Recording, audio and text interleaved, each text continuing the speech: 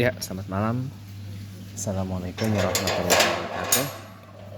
Kita bertemu dalam silaturahmi siraman rohani Assalam, dan kita teruskan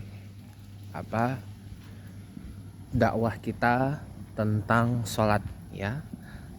Lanjutan dari yang tadi pagi, kajian subuh, kuliah subuh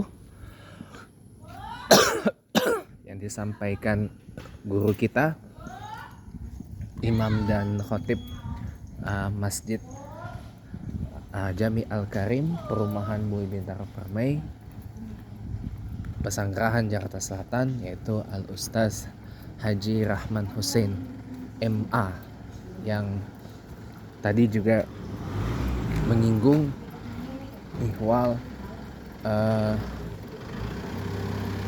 menyinggung kitab Maqasidus Shalah.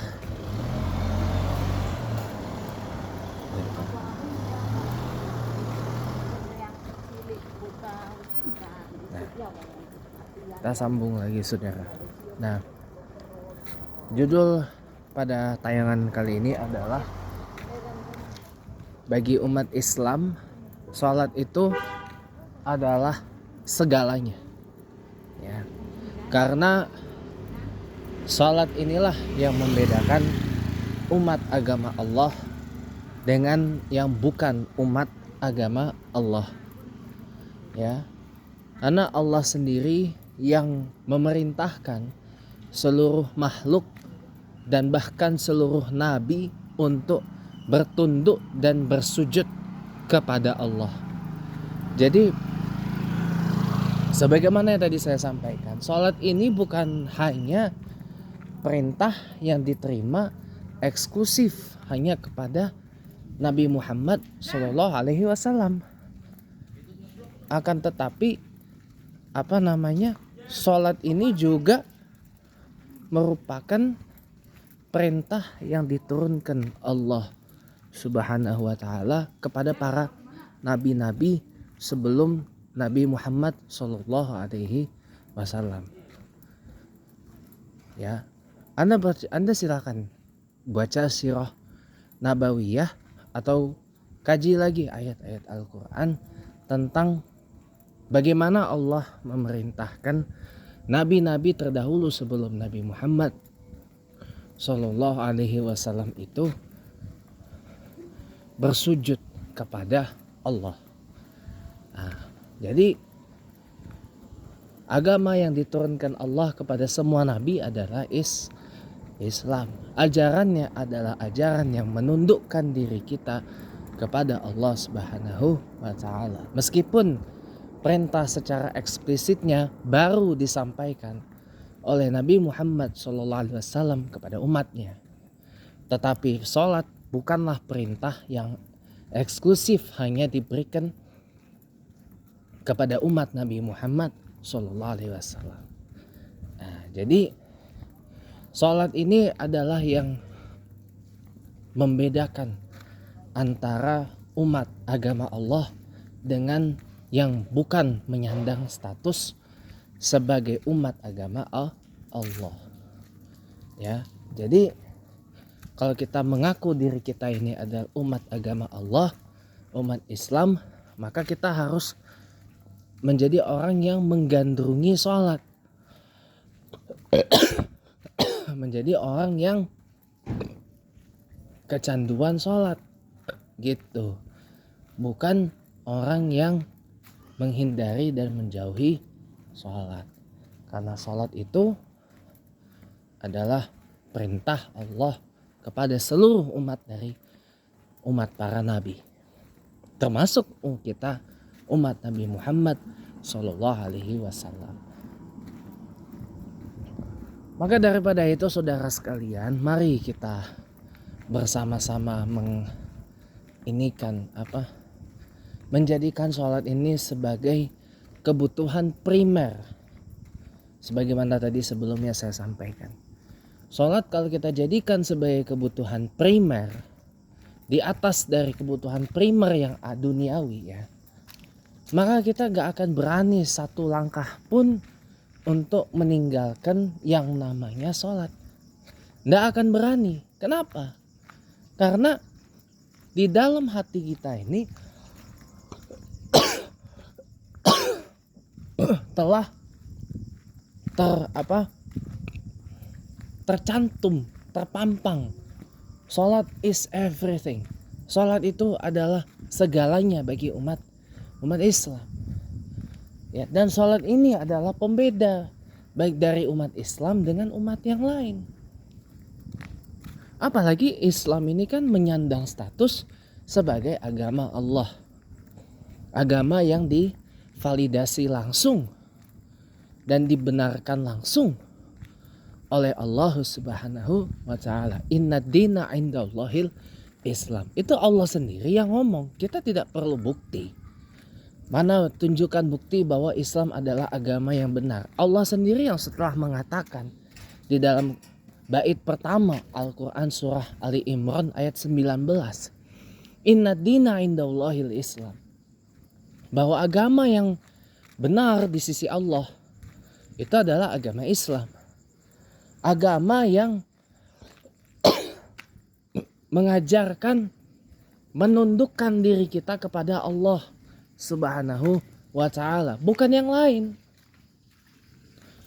Makanya untuk membedakan umat agama Allah dengan yang bukan itu adalah dari sholat. Gitu. Makanya itu kalau kita benar menganut agama Allah ini, banyak sholat. Karena banyak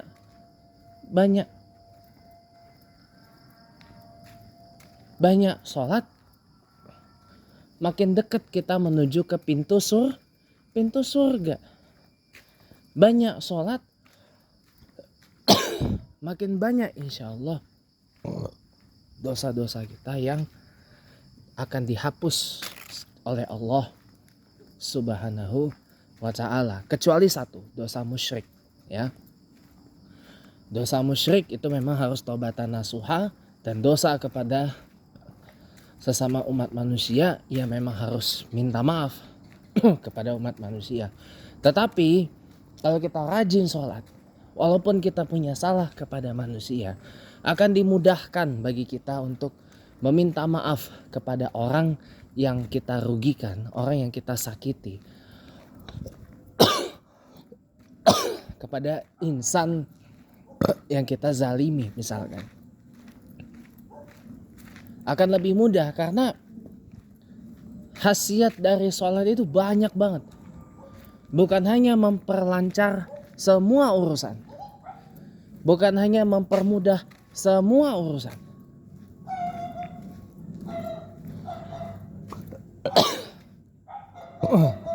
Nah, maaf, kalau anda yang berkecimpung di bidang kesehatan misalkan, Anda mungkin ada yang nonton di sini dokter. Saya ini bukan dokter.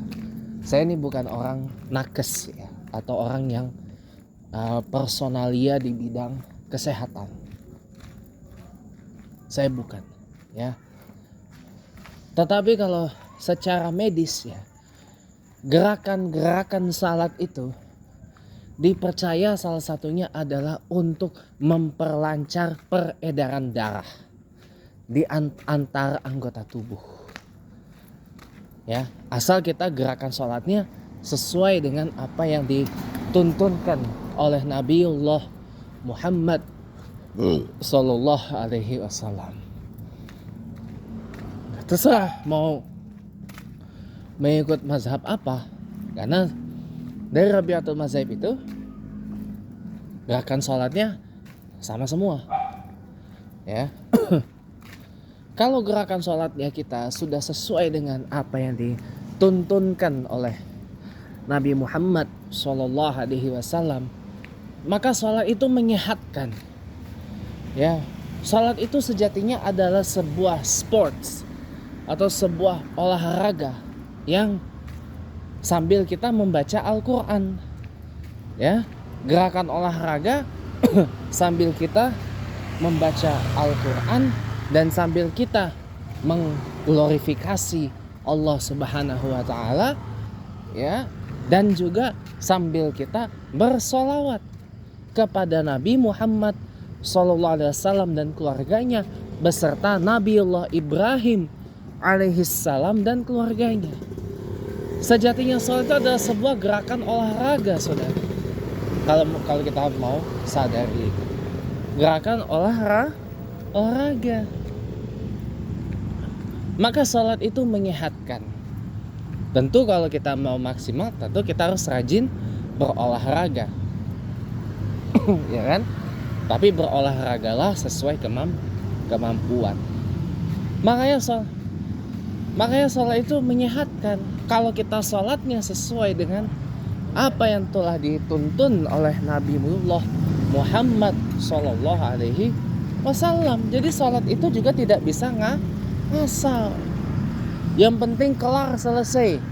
Itu dalam satu riwayat Rasulullah mengatakan, orang yang sholatnya kayak main tebur-buru pengen cepat selesai itu ibaratkan sholat kayak ayam yang lagi matuk tanah itu, tahu kan? kayak ayam. Dalam satu riwayat dikatakan seperti itu. Nah tentu kan kita nggak mau sholat kita masuk dalam kategori yang seperti itu, nggak mau kan? Nah makanya mari kita terus memperbetulkan sholat kita, terus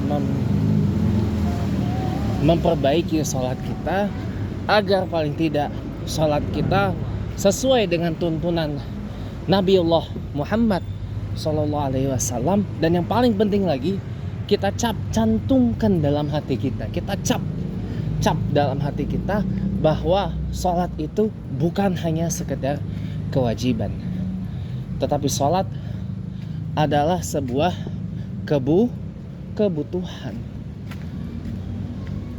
bukan hanya sekedar kewajiban, apalagi hanya sekedar untuk menggugurkan kewajiban semata.